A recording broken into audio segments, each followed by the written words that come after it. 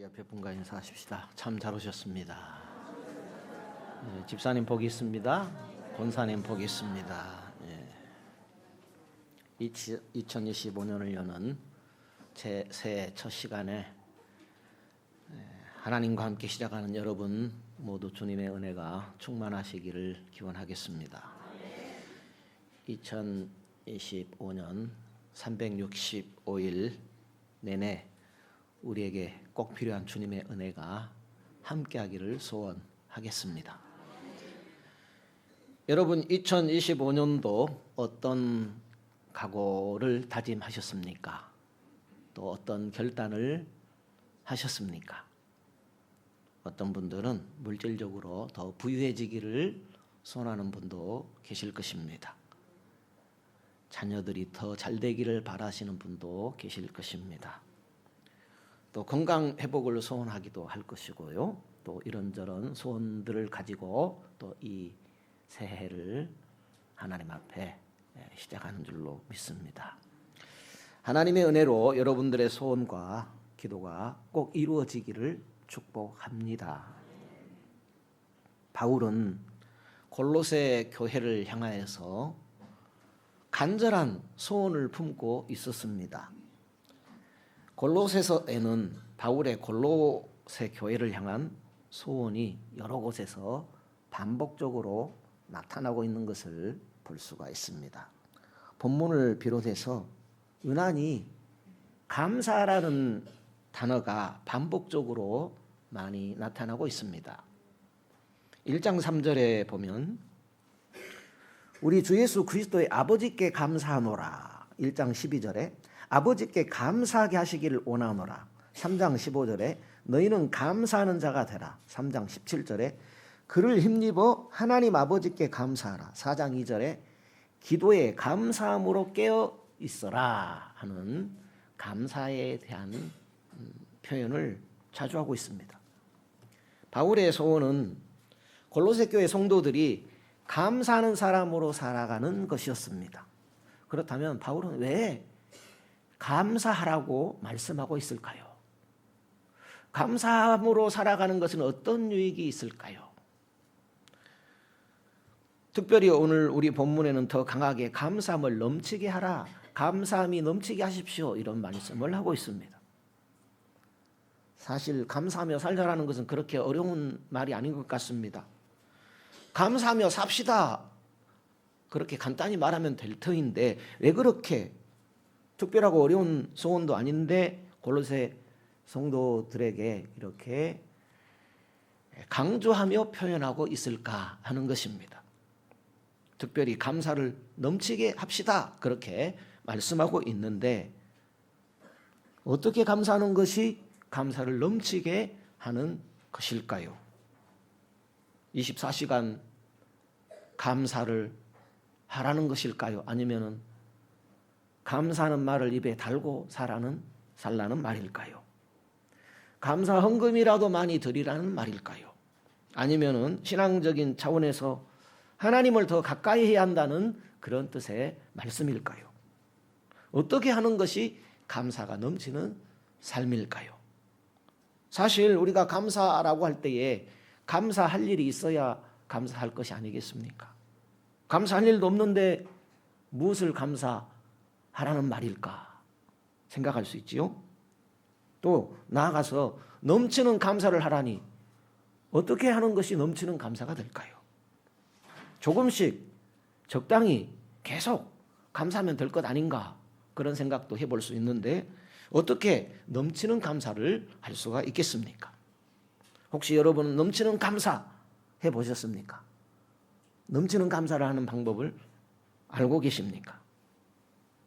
골로새 교회 성도들은 감사를 넘치게 하라는 그 바울의 편지를 받고 정말 감사가 넘치게 하는 그런 삶을 살았을까요? 바울의 소원은 골로새 교회 신자들이 잘 되기를 바랬습니다.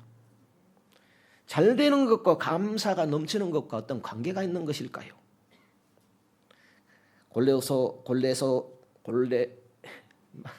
골로새 교회들에게 감사가 넘치게 하라는 말은 헌금을 많이 해라 그런 뜻의 말이 아닐 것입니다.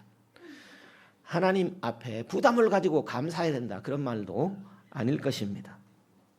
골로새서에 감사가 넘치는 것이 바른 신앙의 길이요 잘 되는 길인 것만은 분명한 것 같습니다. 그렇다면 감사가 넘침으로 교회가 잘 되고 신자들이 잘 되는 것이라면 우리들도 감사가 넘치면 좋겠습니다. 2025년도 우리 해동교회도 바울의 저 골로새 교회를 향해서 그의 소원이 감사가 넘치는 성도 되십시오 하는 것처럼 우리도 감사가 넘치는 교회, 감사가 넘치는 그런 신자 되시면 좋겠습니다. 감사가 넘치게 하십시오. 사도 바울이 이렇게 표현하고 있는데 넘친다는 뜻부터 좀 이해를 해보면 좋겠습니다. 넘친다는 것이 무엇일까 하는 것입니다. 빈잔에 물을 채우는 것을 생각해 볼 수 있습니다. 물이 밖으로 넘치는 경우는 어떤 경우가 있을까요? 물을 빈잔에 부을 때에 잘못 부으면 넘쳐날 수 있죠. 또 한 가지는 물을 계속해서 부어버리면 잔 밖으로 물이 넘쳐나게 될 것입니다. 그러니까 계속해서 물을 붓지 않으면 잔에 물은 넘쳐나지 않을 것입니다. 계속해서 물을 붓는 것은 잔에 물이 넘치라고 계속해서 붓는 것이죠. 감사를 넘치게 하라, 이 뜻을 그런 차원에서 이해할 수 있습니다. 일부러라도 계속해서 감사하라, 그런 뜻입니다. 일부러 감사를 일으키라 하는 뜻에서 감사를 넘치게 하십시오 말씀하고 있습니다. 2025년 365일 동안 하루하루 순간순간마다 일부러라도 감사를 만들고 감사합시다 하는 그런 뜻의 말씀입니다. 개인 가정에 감사가 넘치는 일이 일어나면 좋은 일 아니겠습니까? 감사하는 것은 감사할 일이 있어서 감사하는 것이 아니겠습니까? 그래서 감사가 넘치는 일이 일어나면 좋은 것입니다. 감사는 하나님 앞에서 하는 것입니다. 하나님이 기뻐 받으시고 개인과 가정과 사업과 교회 모든 일에 하나님께서 축복하시도록 감사가 넘치면 좋은 일이 아니겠습니까? 일부러라도 감사함으로 감사가 넘치는 우리 모든 성도의 한 해가 되시면 좋겠습니다. 감사가 넘치지 못한 곳에는 원망과 불평이 가득할 것이고 또 한숨과 탄식이 채워지고 말 것입니다. 감사가 흘러 넘치게 되면 아무리 힘들고 어려운 일도 잘 감당해 나가게 될 것입니다. 제가 굉장히 지금 불편합니다. 조금만 이해해 주시면 고맙겠습니다.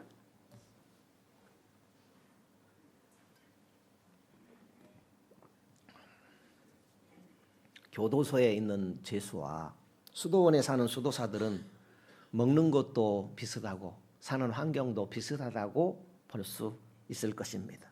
그런데 교도소에 있는 사람들은 하루 종일 원망과 불평을 일삼고 이것도 부족하고 저것도 부족하고 이것도 해달라 저것도 해달라 하는 것이죠. 그렇지만 수도원의 수도사들은 교도소 환경이 비슷하지만 이것도 부족하고 저것도 부족한 것이 많지만은 하루 종일 하나님 앞에 감사의 기도를 드리는 것입니다.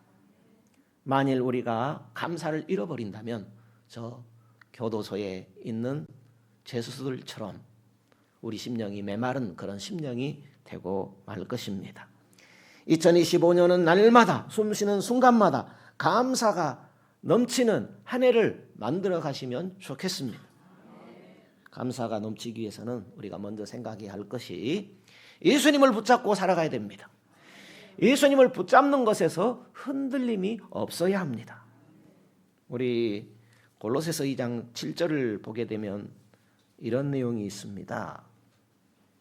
그 안에서 뿌리를 박으며 세움을 입어 그랬어요.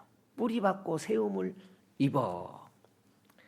이 말씀은 예수님으로 채워지고 예수님을 붙잡지 않게 되면 신앙이 흔들릴 수밖에 없다라는 거지요. 신앙이 흔들린다라는 것은 감사가 새 나간다라는 거죠. 감사거리가 새어나간다 하는 그런 뜻의 말씀이 되겠습니다. 그러므로 예수 안에 뿌리를 깊이 내리고 예수님을 붙잡고 살자라는 말씀입니다. 그래야 흔들리지 않을 것이고 감사도 흔들리지 않고 넘치는 감사 드릴 수 있을 것이다 하는 말씀입니다. 우리에게 감사를 일어나게 하시는 분은 예수님이시죠. 예수님의 은혜가 아니면 우리가 어디에서 무엇을 감사할 수 있겠습니까? 이전의 삶을 한번 되돌아보시죠. 예수님을 모르고 살던 때, 예수 없이 살던 때에 우리의 심령을 생각해 보시죠. 감사보다는 욕심과 정욕을 쫓아 살았습니다. 예수님을 모르고 살 때에 세상적인 즐거움과 쾌락을 쫓아 살기에 바빴습니다. 세상 쾌락 정욕이 채워지지 않을 때에, 그것이 내 안에 충족되지 못할 때에 원망하며 살았습니다. 남을 탓했습니다. 나보다 나은 자를 시기하고 질투하며 살았습니다. 예수님 없는 곳에 감사할 일이 있겠습니까? 감사는커녕 가시와 엉겅퀴만 가득하게 될 것입니다. 이런 우리를 감사와 또 감사하는 사람으로 바꿔주신 분이 바로 우리 예수님이십니다. 그러므로 예수님을 놓치게 되면 감사를 놓치게 되는 것입니다. 더 나아가서 감사가 넘치는 삶은 불가능할 것이고 우리는 또다시 세속적인 삶을 채우려고 할 것입니다. 예수님을 놓치지 않고 붙들고 살아가려면 반드시 우리가 잊지 말아야 할 것이 있습니다. 그것은 무엇보다도 주님께서 죄에서 나를 건져주신 은혜를 잊지 말아야 합니다. 우리가 예수를 왜 믿습니까? 그것은 죄 용서함 받고 예수님처럼 살다가 영원한 주님 나라에 들어가기 위함이 아니겠습니까? 예수 안에 받은 은혜가 있습니다. 예수님 안에서 지금 받고 있는 은혜가 있습니다. 예수님 안에서 앞으로 우리가 받아야 할 은혜가 많이 있습니다. 이 은혜를 생각할 때에 우리는 일부러라도 감사해야 할 일입니다. 무엇보다도 예수님께서 죽으시고 부활하심으로 우리를 죄에서 건져주신 그 은혜를 잊지 말아야 할 것입니다. 그래야 감사가 지속될 수 있습니다. 감사는 성경의 주제입니다. 감사는 신자의 삶의 핵심이라고 할 수 있습니다. 성경의 주제를 둘로 나눈다라고 하면 요즘 몇 년 동안 교회에서 제가 성도님들께 주일 오후에나 또 수요 예배 때 강조하는 말씀이 있는데 그것은 칭의와 송화입니다. 성경의 주제를 둘로 나눈다 하면은 칭의와 송화입니다. 칭의는 은혜이고 송화는 삶을 말합니다. 성경은 끊임없이 신자에게 은혜를 말씀하고 있습니다. 성경은 끊임없이 신자에게 이렇게 살아라 삶을 말씀하고 있습니다. 감사하는 것은 신자의 삶입니다. 감사하는 것은 우리 신자의 신앙생활의 주제입니다. 우리 가슴에 구원받은 은혜가 살아있어야 합니다. 하나님의 자녀된, 하나님의 백성된, 믿음으로 의롭게 된 구원의 은혜가 살아있어야 감사가 계속될 수 있습니다. 구원의 은혜를 붙드는 모습이 예수를 붙드는 모습입니다. 예수 중심으로 말하고 행동하는 것이 예수를 붙드는 모습입니다. 예수 중심으로 말하고 행할 때에 감사가 넘칠 수 있습니다. 무슨 일을 당해도 예수님만 붙들고 있으면 감사할 수 있습니다. 우리가 감사가 넘치는 삶을 살아가기 위해서는 또한 은혜를 계속해서 공급받아야 합니다. 7절을 다시 보시죠. 교훈을 받은 대로 믿음에 굳게 서서, 교훈을 받은 대로 믿음에 굳게 서라고 했습니다. 믿음에 굳게 서서 감사하라고 말씀하고 있습니다. 우리는 빈 잔과 같다 이렇게 표현할 수 있습니다. 우리 자체는 하나님의 은혜에 있어서 하나님께 감사함에 있어서 빈 장과 같은 그런 존재다라고 표현할 수 있습니다. 무슨 얘기인가 하면 감사의 조건을 내게서 찾는다고 하면은 금방 사라지고 말 것입니다. 내 힘과 노력으로 할 수 있는 것이 우리는 별로 없기 때문입니다. 하지만 예수님께서 우리에게 계속 은혜를 부어주신다면, 예수 안에서 우리가 은혜를 계속 붙잡고 살아간다고 하면은 감사할 이유는 100가지, 1000가지 계속해서 더해질 수밖에 없는 것입니다. 예수 안에서 주시는 교훈이 있습니다. 그 교훈을 통하여 우리는 은혜를 받아야 합니다. 감사가 넘치는 삶을 누릴 수 있습니다. 주님의 은혜는 우리로 하여금 감사하며 살아갈 수 있도록 하는 것입니다. 예수님은 우리가 감사가 넘칠 수 있도록 은혜를 부어 주시는 것입니다. 말씀을 통하여 은혜를 주시고 또 기도 생활을 통하여 은혜를 베풀어 주십니다. 말씀 없이 은혜가 있을 수 있겠습니까? 태초에 말씀이 계시니라, 이 말씀이 하나님과 함께 계셨으니 이 말씀은 곧 하나님이시니라 그랬습니다. 은혜가 되지 않는 하나님의 말씀이 있겠습니까? 생명이 되지 않는 하나님의 말씀이 있겠습니까? 예수님께서 내가 곧 길이요 진리요 생명이라고 말씀하셨습니다. 금년에 예수 말씀 더 붙들어 예수님께로부터 오는 은혜를 지속적으로 공급받아 감사가 넘치게 하시기를 축복합니다. 기도로 또한 은혜가 넘치게 하십니다. 기도하고 찬양하고 기도하고 찬양하는 삶이 필요합니다. 우리가 하나님께 기도드리는 것은 하나님 뜻대로 살아가기 위함이 아니겠습니까? 찬양은 우리 기도에 힘을 더하여 줍니다. 찬양에는 순종이 포함됩니다. 우리가 주님께 순종하고 경외하는 신앙으로 찬양하고 기도하고 또 찬양하고 기도함으로 예수 그리스도의 은혜를 지속적으로 받아 감사함을 넘치게 할 수 있습니다. 말씀과 기도로 주님 주신 은혜 가운데 감사함이 넘칠 때에 믿음에 굳게 세워지는 결과를 얻게 될 것입니다. 그러므로 우리는 믿음에 굳게 서서 주님의 은혜를 공급받고 그 주님의 은혜를 잊지 말고 감사합시다. 또한 우리가 감사가 넘치는 그런 삶을 살아가기 위해서는 감사가 메마르지 않도록 내 자신을 잘 살펴야 합니다. 감사가 사라질 때 나타나는 증상이 있습니다. 욕심이 생깁니다. 다른 사람과 계속해서 비교합니다. 그 결과는 원망하고 불평하게 됩니다. 감사가 떠나면 열정도 식고 열심도 식어지게 됩니다. 감사는 열정을 일으키는 에너지가 됩니다.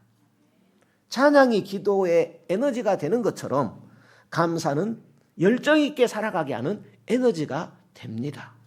에너지가 없는데 무엇으로 열정을 일으키겠습니까? 열정이 없는데 무엇으로 감사를 유지해 갈 수 있겠습니까? 감사는 에너지입니다. 감사는 우리에게 힘을 더하여 주는 것입니다.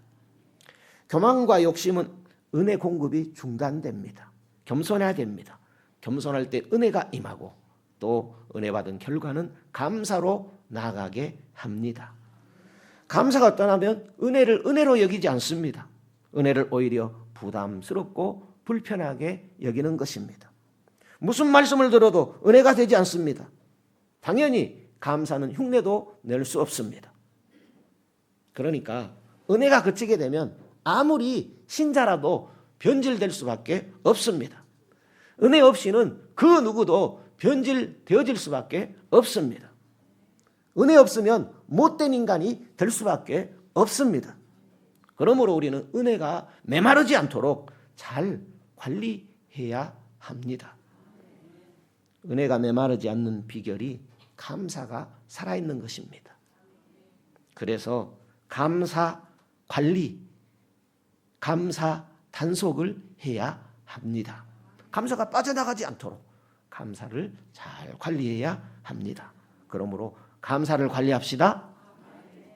일부러라도 감사해서 자신을 깨워야 합니다. 자신을 감사에 깨어있도록 해야 합니다. 뭐가 잘 안 될 때, 힘들 때, 이럴수록 감사해야지, 이럴지라도 감사해야지 자신을 감사에 깨어있도록 해야 합니다. 일부러라도 감사의 더 깊은 자리로 나가기를 힘써야 합니다. 일부러라도 내가 먼저 감사로 살아야 주변도 살릴 수 있습니다. 일부러라도 감사하여 감사를 잘 관리해야 은혜가 내 안에 머무르게 되는 것입니다. 이렇게 우리는 감사 관리, 감사 단속해 가야 합니다. 우리가 계속 예수님께 붙들리고 은혜를 공급받아야 하겠습니다. 우리가 계속 예수님을 붙들고 나 자신의 신앙을 잘 관리해 나가야 하겠습니다. 그 비결 중에 하나가 감사다라는 것입니다. 감사가 넘치는 곳에 새로운 일들이 일어납니다. 감사하는 사람들에게 기적이 일어나게 되어 있습니다. 여러분, 2025년도 가장 큰 소원은 무엇입니까?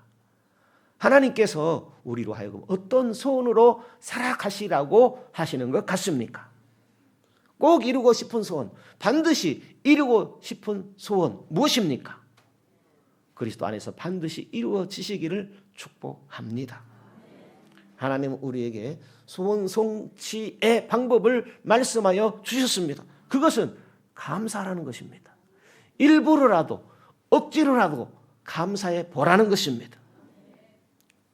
우리에게 감사보다 더 우선해야 할 소원이 있을까요? 내가 지금 붙들고 있는 이런저런 기도의 제목과 소원들은 감사가 넘쳐날 때 해결되는 줄로 믿습니다. 문제 앞에 감사는 기적을 만드는 시간입니다. 문제에 우리는 주저앉을 수가 있죠. 그렇지만 그걸 감사로 이끌어낼 때 기적을 만드는 시간이다라는 것입니다. 사고 나서 주저앉아 있는데 무슨 감사를 하란 말이야 생각할 수 있지요. 교회에 헌금하라는 이야기인가 생각할 수 있지요. 그러나 하나님 앞에 감사는 여러 가지가 있습니다. 우리가 말이나 행동으로 감사할 수 있습니다. 전도하는 것도 감사의 모습일 것입니다. 봉사하는 것도 감사요. 용사며 사는 것도 감사의 모습일 것입니다. 우리가 은혜를 알고 기억한다면 일부러라도 감사할 수 있습니다. 그런데 우리가 일부러라도 감사하지 못하는 것은 습관이 되어 있지 않기 때문입니다. 반드시 감사해야 할 이유가 있는데 그 감사는 습관이 되어 있지 않기 때문입니다. 우리는 일부러라도 감사할 이유가 있는 사람들이 아닙니까? 저 영원한 지옥 형벌에서 구원받은 하나님의 자녀로서 감사할 이유가 영원토록 있는 사람들이 아니겠습니까? 그래서 일부러라도 감사하는 감사 습관을 길러야 할 것입니다. 그렇다면 먼저 감사하는 언어 습관부터 고쳐나가야 합니다. 언어부터 시작하는 것이죠. 감사 언어. 금년부터 지금부터 감사의 언어를 다시 시작하십시오. 감사의 언어 할 수 있잖아요. 사실 감사하지 않은 것이 없지요. 하늘이 있고 땅이 있어서 감사하고 그 가운데 공기가 있고 그 가운데 내가 살아가고 있으니 그거 감사할 일 아닌가요? 감사하지 않는 사람이 있습니까? 부모 형제가 있고 이웃이 있는 것에 감사하지 않을 사람이 있습니까?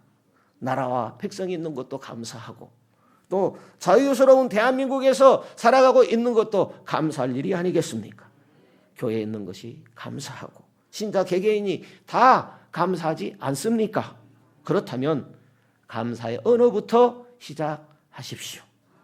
그렇게 감사의 습관을 만들어 가면 좋겠습니다. 따라서 하십시다. 감사의 언어를 시작합시다. 감사의 습관을 기릅시다. 아멘.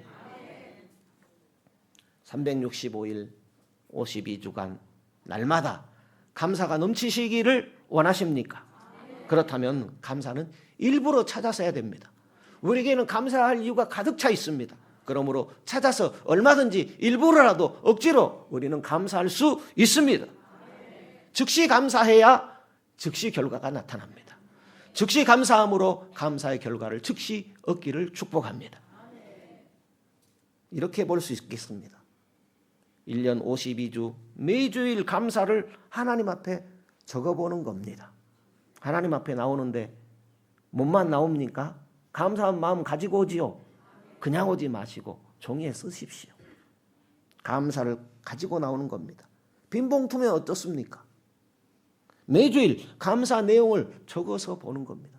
우리의 정성의 문제지 헌금하는 헌금 액수의 문제가 아닌 것입니다. 한 주 한 주 억지로라도 일부러라도 그렇게 감사를 찾고 감사해 보시죠. 그렇다면 금년 다 지나갔을 때에 한번 결과를 기대해 볼 수 있지 않겠습니까? 습관적인 감사로 반복적인 문제를 해결받을 수 있습니다. 계속 감사, 지속 감사, 습관적인 감사로 습관적인 내가 끊어버려야 할 문제들을 해결받을 수 있습니다. 그렇게 일부러라도 감사하고 은혜를 놓치지 마십시다. 일부러라도 억지로라도 감사를 일으켜야 복을 받게 됩니다. 우리는 하나님의 복을 받고 살아야 됩니다. 하나님은 우리에게 복을 주신다고 말씀하셨습니다.